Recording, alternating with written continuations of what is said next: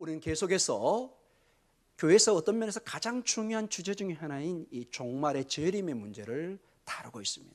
이건 저희가 의도한 바도 아니요, 하나님의 말씀의 본문이 우리에게 강력하게 강조하고 있습니다. 반대로 작금의 한국교회와 세계적인 교회 흐름의 그 메시지를 분석해 보면은 이 하나님의 말씀에 종말에 관한 상당한 소홀함이 있는 것을 보게 됩니다. 교회가 긴급성을, 위기성을 너무나 놓치고 있다는 것입니다. 아직도 이 땅의 삶이 천년만년 계속될 것처럼 모든 삶을 이 땅에 집중하고 있습니다. 그게 지극히 정상적이긴 하지만은, 그러나 도둑처럼 오실, 아무 때나 아무도 예상하지 않게 오실 그 주님의 오심을 우리가 깨어서 기다리지 않으면은, 이 영적인 경각심을 잃어버리면은 심각한 주님의 책망과 심판이 있을 것을 여러 구절에서 주님이 경고하고 있습니다. 제가 이 본문을 준비하다가 자료를 보니까 흥미로운 자료가 있었습니다. 예수님께서 이 복음서에 약 한 148가지의 말씀의 내용이 있습니다. 몇 가지요? 약 한 148가지. 학자들이 그걸 연구하는 사람이 있습니다. 이런 것들을. 그 중에 약 한 60개 정도가 전부 다 이 종말, 재림에 관계된 말씀입니다. 상당 부분이 해당되는 것입니다. 거의 반절에 가깝게 주님의 148개 정도의 그 주님의 말씀의 이 스토리들이, 이야기들이 펼쳐지고 있는데, 그 중에 60개 정도가 이 마지막 때의 심판을 언급하고 있는 것이 학자들에서 분석되고 있습니다. 이 얘기는 우리 교회가 절대로 이 문제를 소홀히 하거나 간과해서는 안 된다는 것입니다. 학교에서 여러분 가장 공부를 잘할 수 있는 비결이 선생님들이 주장하는 게 있습니다. 학교에서 교수들이 선생님이 강조하는 것을 잘 들어놓으면 되는 것입니다. 그것을 대개 시험에 냅니다. 대개 학교에 잘 수업을 못 따라가는 사람은 선생님이 강조하는 것은 안 듣고 강조하지 않는 걸 적어놓는 사람이 있습니다. 점수를 받을 수가 없습니다. 영적인 세계도 주님이 무엇을 교회에 강조하고 있는가, 마지막 예언의 성취로 이제 재림만이 남아 있습니다. 누가 보아도 창세기가 있으면 이제 마지막 계시록으로 가고 있는 것을 명확하게 보고 있는 것입니다. 사랑하는 성도 여러분, 늘 주님의 말씀을 통해서 재림의 신앙으로, 종말의 신앙으로 이 긴급성을 여러분이 회복하면서 주님이 오실 때 복되고 충성된 종으로 여러분이 칭찬받는 그런 성도가 되시기를 주님의 이름으로 축원합니다. 그렇게 제가 또 기도하고 있습니다. 자, 오늘부터 전개되는 내용은 특별하게 비유입니다. 4개의 비유가 집중적으로 이 마지막 때를 가르쳐주고 있습니다. 오늘 우리가 다룰 24장 45절에서 51절에는 충성되고 충성된 종과 악한 종의 비유가 나옵니다. 그리고 우리가 다음 주에 볼 25장 1절에서 13절은 열처녀 비유를 통해서 신랑을 맞이하고 지혜롭게 준비하는 처녀가 있는가 하면 준비 못한 어떤 열처녀의 비유를 통해서 종말의 때를 주님이 가르쳐주고 있습니다. 그리고 25장 14절에서 30절에는 달란트 비유를 통해서 우리 모두가 하나님의 은사를 받았습니다.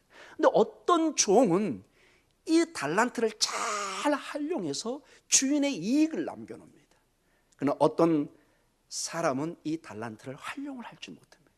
이 인생이 마냥 나에게 주어진 선물로만 생각하지 이 선물을 주인을 위해서 쓸 전혀 여유와 생각과 분별력을 가지고 있지 못합니다.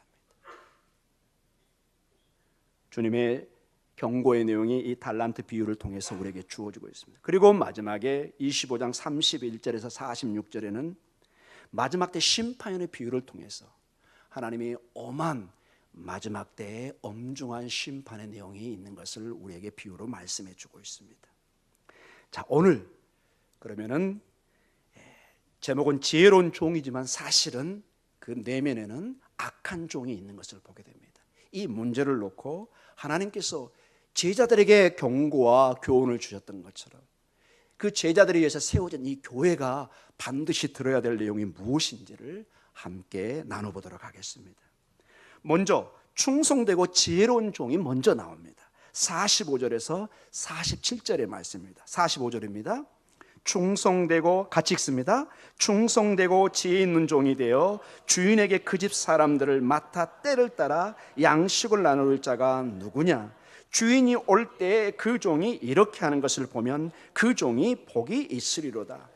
내가 진실로 너희에게 이르노니 주인이 그의 모든 소유를 그에게 맡기리라. 아멘. 자, 먼저 주님이 특별한 종의 명칭을 부릅니다. 45절에 충성되고 또 뭐죠? 지혜 있는 종이다. 즉 이 비유에서 제자들이 교회가 반드시 취해야 될 자세와 위치가 뭐냐? 악한 종이 아니라 충성되고 지혜로운 종이 되라는 것입니다. 나도 한번 악한 종이 돼볼까? No. 많은 경고가 떨어집니다. 반드시 여러분이 승리하기 위해서는 충성되고 지혜 있는 종이 되라는 것입니다. 그래서 먼저 이것을 주님이 강력하게 부각시킵니다. 여기서 충성되고 지혜 있는 종이 전체 내용의 이 오늘 비유의 핵심 주제인 것을 알 수 있습니다. 충성된 종이 누구냐? 신실하다는 말입니다. 믿을 수 있는 종입니다. 여러분 여기에 대부분인 가정이 있고 자녀들이 있고 직장 생활을 하고 사업을 하고 우리 교회도 마찬가지죠. 모든 일에 부모가 자녀를 믿고 무엇을 맡길 수 있어야 됩니다. 여러분이 사업을 경영하면서 사람들을 같이 쓰잖아요. 가장 여러분이 바라는 게 뭐죠? 이것을 맡길 수 있는 신실한 일꾼, 총업원, 일하는 사람이 얼마나 필요한지 모릅니다. 눈만 돌리면 불안한 사람 같이 일하기 힘듭니다. 여러분. 눈만 돌리면 아이고 이거 불안해서 어떻게 할까? 사고 치면 어떻게 할까? 어떻게 여러분 같이 일을 해갈 수 있겠습니까? 주님이 교회 일들을 맡기는데 주님의 마음에 흡족한 정말 신실한, 오늘 여기 비유에 나와 있는 것처럼 주인이 맡기고 멀리 떠날 수 있는 그런 종이면 얼마나 좋겠습니까? 여기 충성된 종은 25장에 이제 곧 달란트 비유를 통해서 보면은 좀 더 이게 구체화됩니다.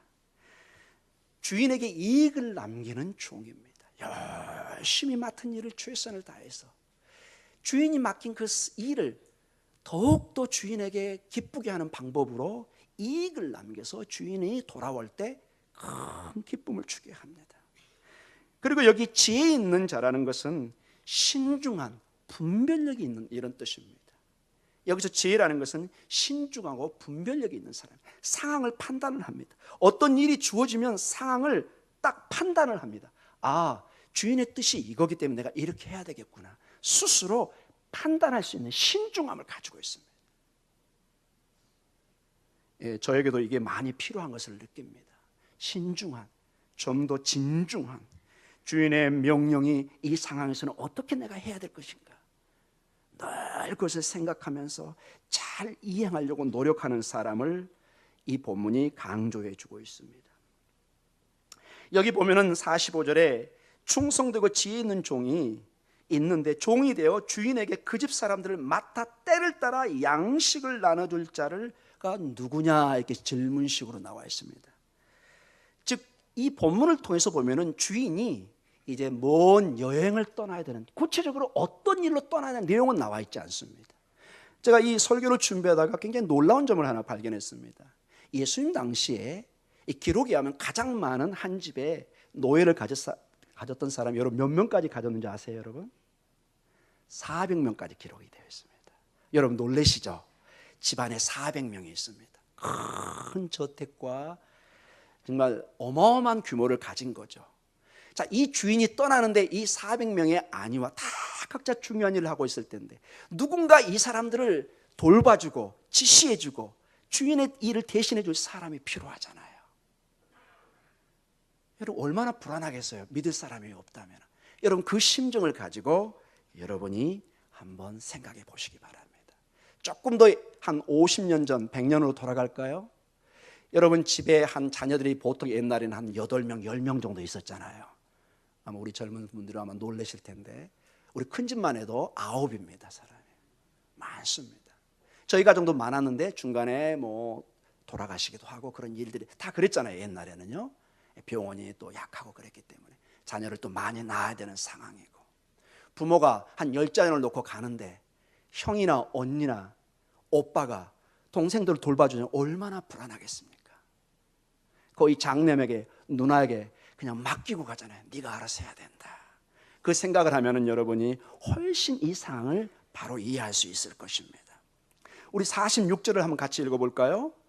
주인이 올 때 그 종이 이렇게 하는 것을 보면 그 종이 복이 있으리로다. 아멘.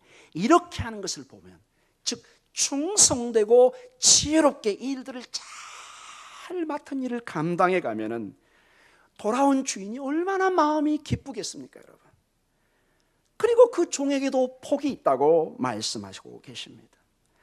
하나님의 복은 그리스도가 재림하실 때 성도들이 충성되고 신실하게 주님을 섬기고 사람들을 돌보고 사랑하며 그렇게 살아갈 때 하나님의 큰 축복이 있을 것을 말씀해 주고 있습니다.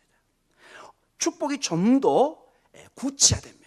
이 착하고 충성된 종, 지혜로운 종에게 47절로 말씀을 주고 있습니다. 같이 한번 읽어볼까요? 내가 진실로 너에게 이르노니 주인이 그의 모든 소유를 그에게 맡기리라. 아멘. 진실로, 아멘으로 말씀하십니다. 헬라어나 히브리 배경에서 이 아멘은 절대적인 주인의 사인입니다. 변개치 않는 말을 할 때 아멘 이렇게 나갑니다. 우리말로는 진실로, 내가 정말 너희에게 약속하는데 이거는 누구도 변개치 못할 나의 약속이다. 뭐라고 그러죠? 주인이 그냥 소유가 아니고 뭐라고 나오죠, 여러분? 47절에 한번 봐보세요, 여러분. 그의 모든 소유를. 할렐루야. 여러분, 400명 되는 그 노예가 있는 그 집에, 종이 있는 그 집에 모든 소유를 여러분에게 정권을 맡깁니다. 한마디로 여러분, 이 본문을 보니까 제가 딱 생각나는 사람이 요셉입니다. 노예로 팔려가서 그 비참한 상황이지만 성실하게 최선을 다하니까 보디발의 집에서 그 보디발의 아내만 빼놓고 모든 걸 네가 알아서 하라고 이렇게 맡깁니다. 거기서도 최선을 다하니까 나중에 이집트의 국무총리가 되어서 모든 살림을 다 감당하는, 제가 이 생각이 문득 이 본문에서 났습니다. 여러분에게도 이 기회가 주어진 것을 잊지 마시기 바랍니다. 하나님께서 작은 일에, 좀 더 이제 구체적으로 본문의 내용이 나오겠지만은 하나님의 일을 믿을만하게 충성되게 지혜롭게 감당할 때 우리가 상상할 수 없는 큰 권세와 권위를 우리에게 주고 있다는 것을 말씀해 주고 있습니다. 이게 여러분 제자들에게 주고 있습니다. 우리의 교회 성도의 삶, 제자도의 삶에 중요한 원리가 있는 것입니다. 주인에 맡겨진 일들에 신실하고 충실된 그리고 지혜로운 종들에게 주인이 전 집을 관리할 수 있는 권위와 권세를 줍니다. 마찬가지로 장차 주님이 오셨을 때 이 말씀을 했다는 것은 신실하고 충성된 교인들에게 주님이 다시 오셨을 때, 재림이 오실 때 하나님의 교회에 더욱더 많은 권세가 주어질 것을 말씀해 주고 있습니다. 여러분에게 천사도 흠모할 수 있는 그런 권세와 특권을 좀 더 로마서나 깊이 봐보면 주님과 함께, 우리의 주인이신 예수님과 함께 세상을 함께 다스려 갑니다.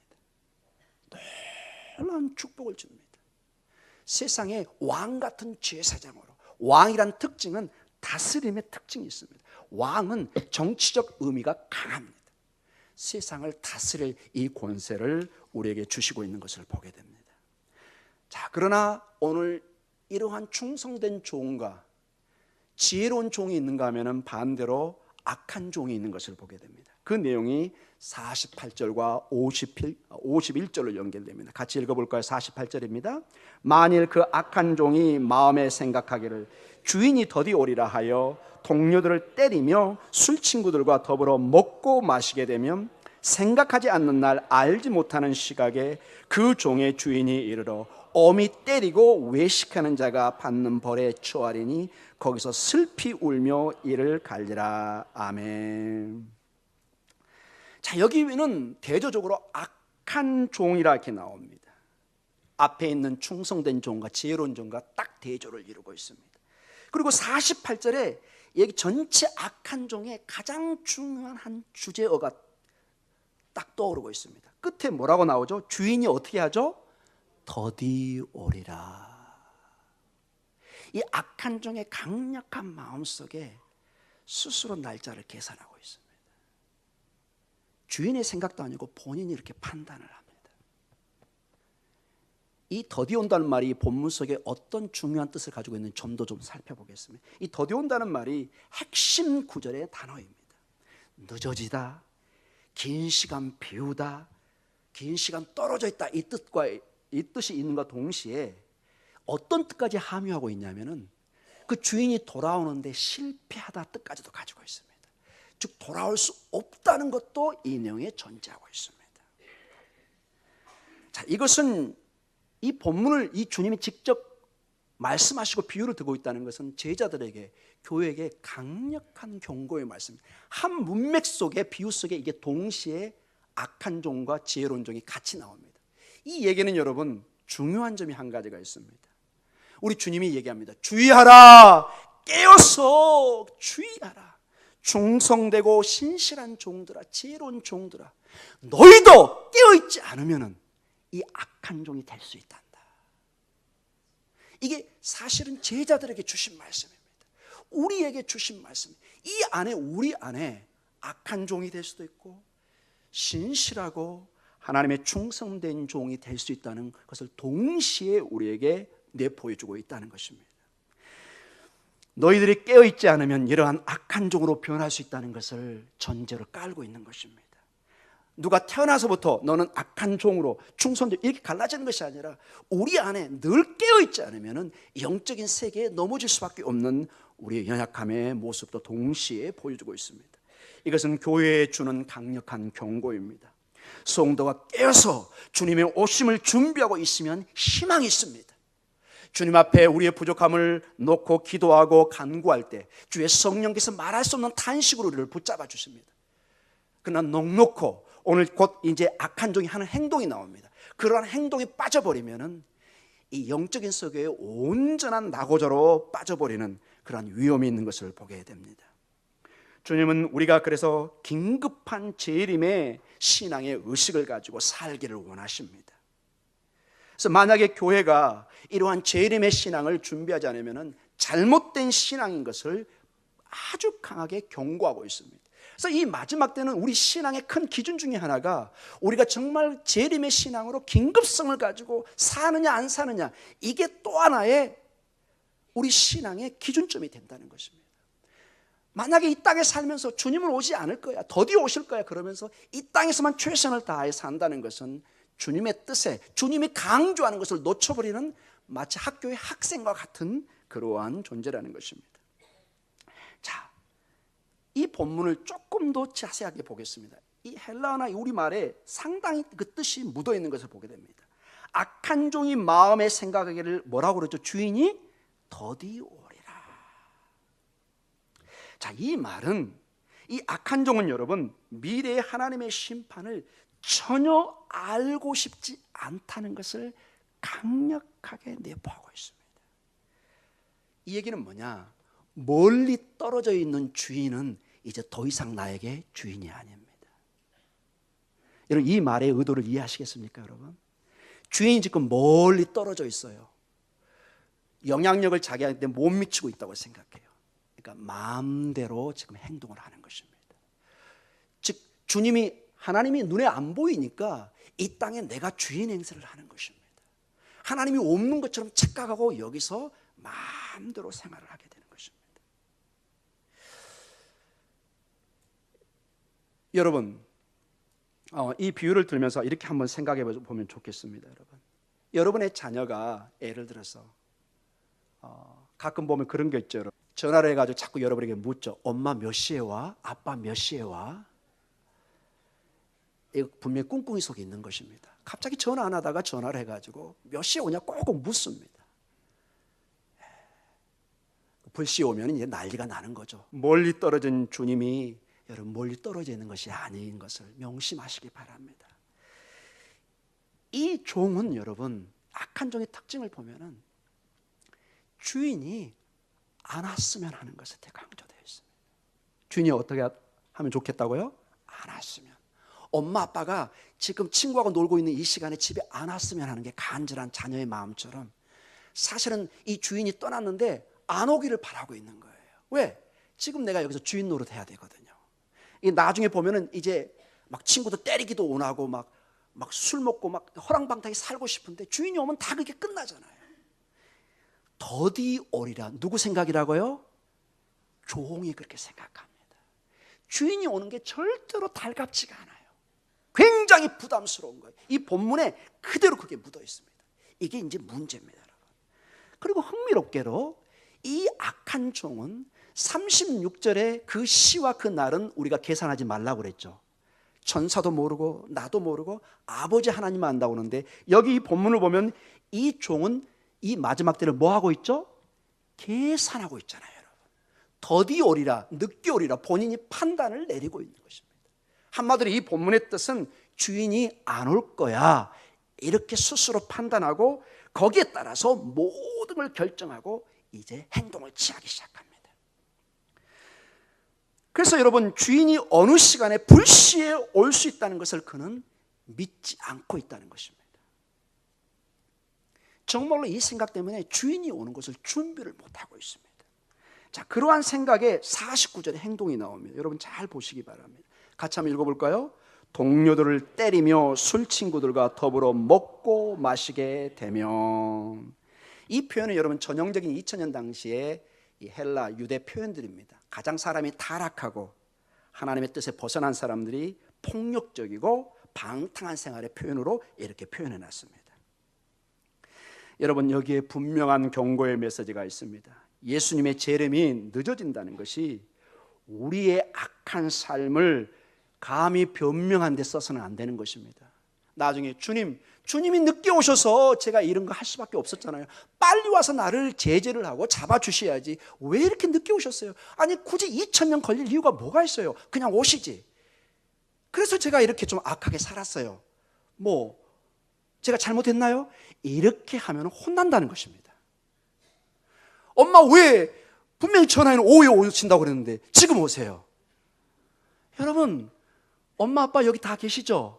누구 집이에요 그게? 여러분 집이에요. 무척 자녀들이 당황해야 합니다. 사랑하는 성도 여러분, 악한 종이 주님의 늦게 오심에 이러한 방탕한 생활을 변명할 수 없다는 것입니다.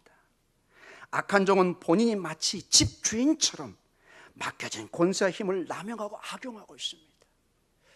더디 온다는 것이 이미 마음에 딱 결정해 놓고 지 마음대로 지금 하고 있는 것입니다. 그래서 어떤 학자는 이 본문을 연구하다 이렇게 경고하는 걸 제가 한번 보았습니다. 재림 신앙을 교회가 잃어버리면 항상 사람 사이에 폭력이 오가고 윤리적 삶이, 방탕한 삶이 따라오게 될 것이다.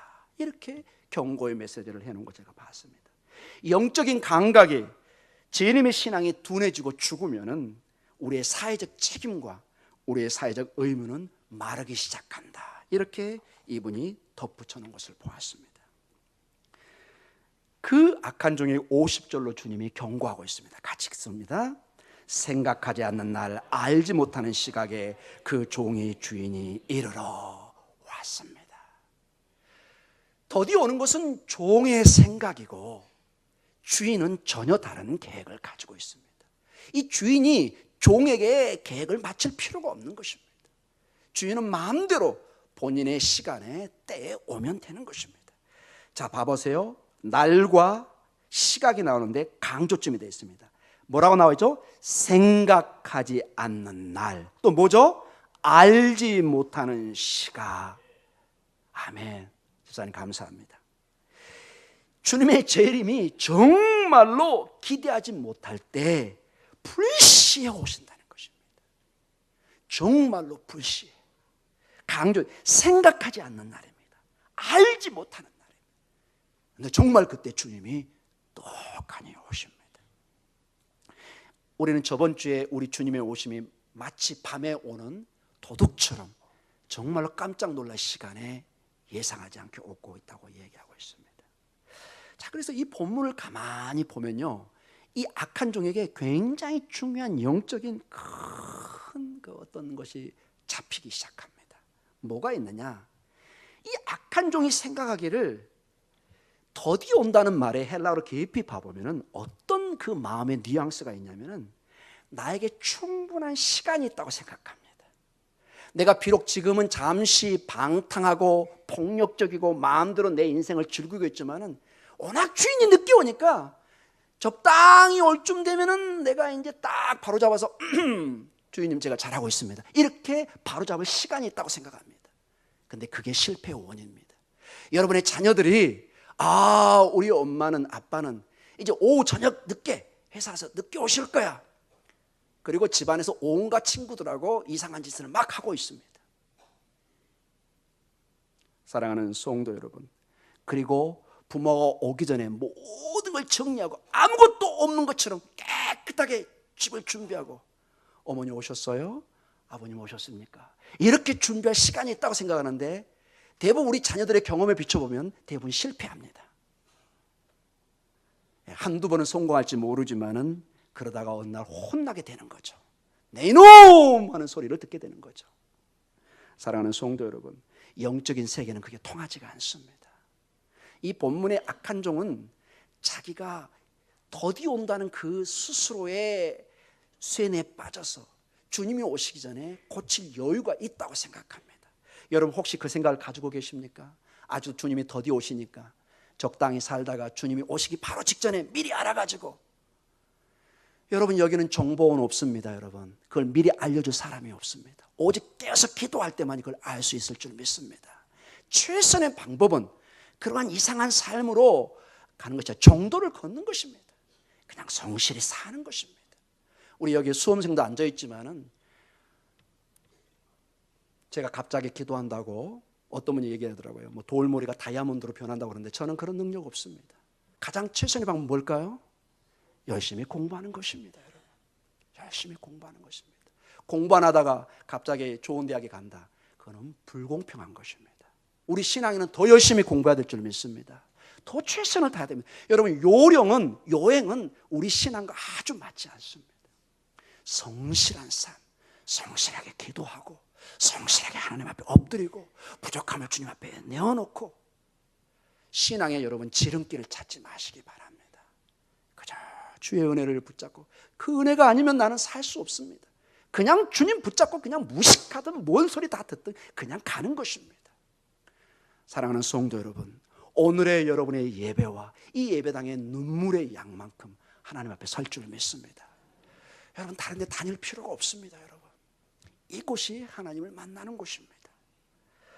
사랑하는 성도 여러분, 그러한 악한 종은 준비 못한 것에 예비를 못하고 있습니다. 영적인 세계가 그렇게 호락호락하지 않는 것을 보게 됩니다. 마귀가 그저 우리 생각대로 모든 계획대로 우리를 가져가지 않습니다. 여러분 만약에 여러분이 주변에 마약이나 이런 중독성을 취하는 사람 가끔 봐보세요. 여러분 몇 번의 경험으로 빠져나올 수 있다고 생각합니다. 안 됩니다. 그걸 대는 순간 그 사람의 영혼은 죽어가는 것입니다. 점점점 강한 것을 요구하게 됩니다. 인간은 빠져나올 힘이 없습니다. 오직 주님의 은혜만이 우리를 붙잡고 인도할 줄 믿습니다. 은혜 안에 정직하게 머무는 것입니다. 신앙은 어떤 다른 변수가 없습니다. 51절에 주님의 말씀으로 오늘 말씀이 끝나갑니다. 같이 읽습니다. 엄히 때리고 외식하는 자가 받는 벌에 처하리니 거기서 슬피 울며 이를 갈리라. 아멘. 주님의 벌이 나옵니다. 주인이 이르러서 드디어 악한 종에게 벌을 줍니다.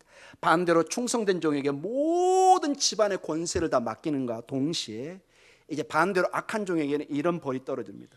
엄히 때리고 이렇게 나오는데 우리 번역은 굉장히 부드럽게 해석한 것입니다. 제가 이 본문을 연구하다가 깜짝 놀랐습니다. 이 뜻이 사실은 전혀 다른 뜻이 하나가 있습니다.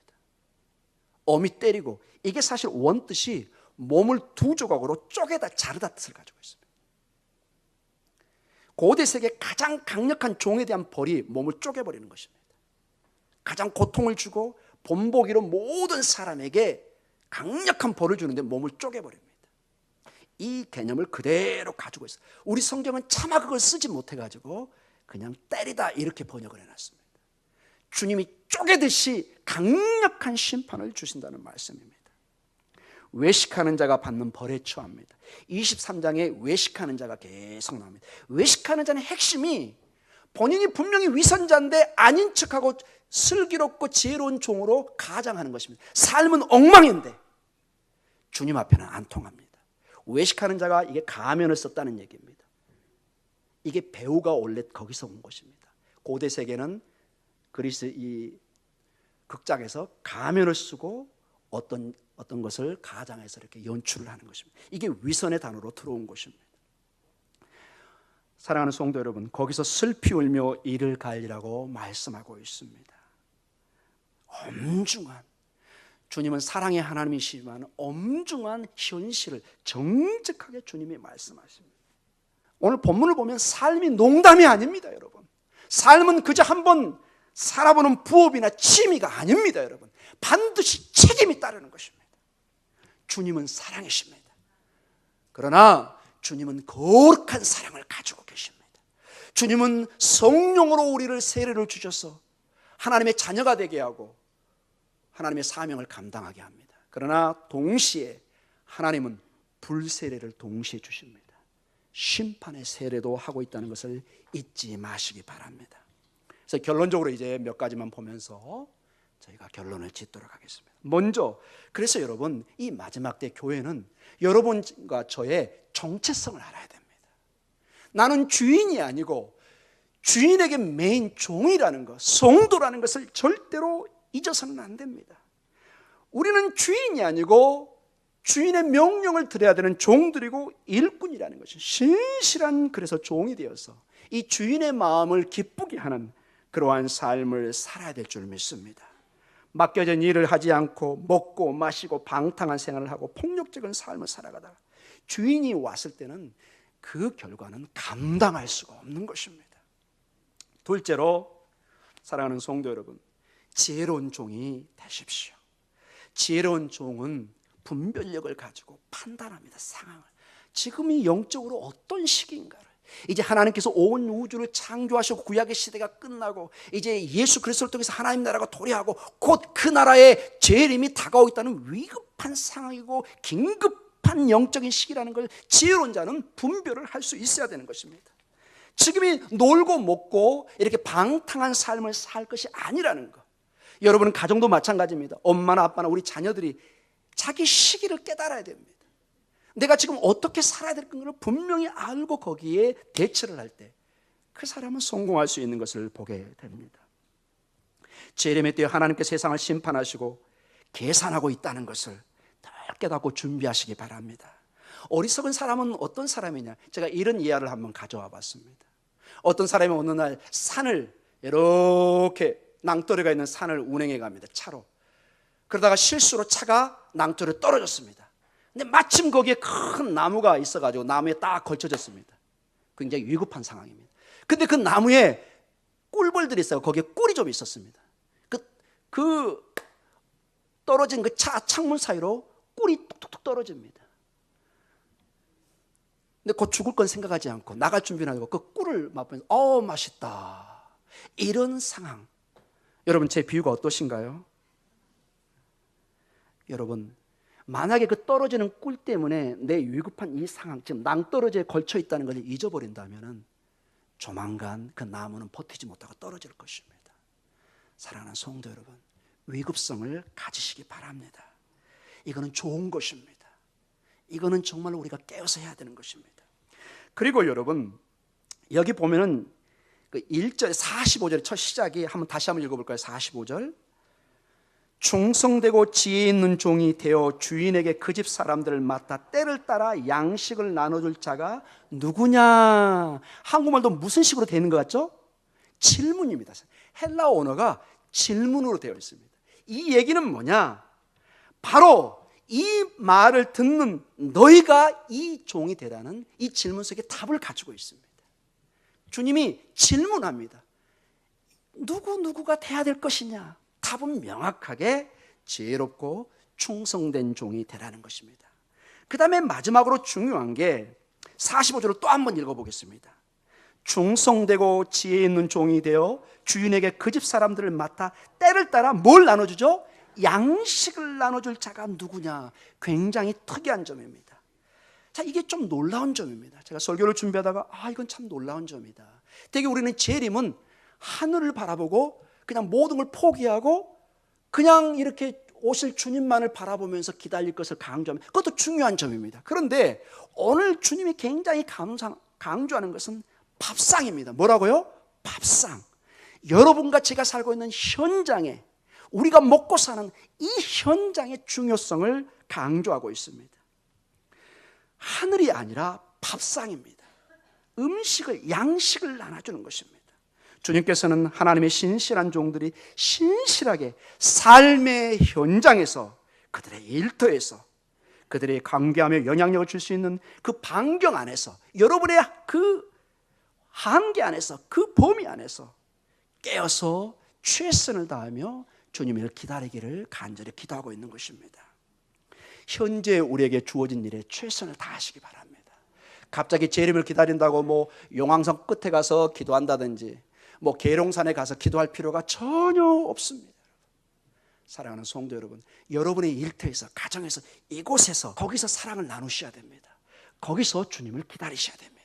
이게 오늘 이 본문이 강조하는 굉장히 중요한 점입니다. 사랑하는 성도 여러분, 우리는 실패하고 넘어질 수 있습니다. 어떻게 우리가 이 모든 걸 다 감당할 수 있겠습니까? 우리는 상한 갈대입니다.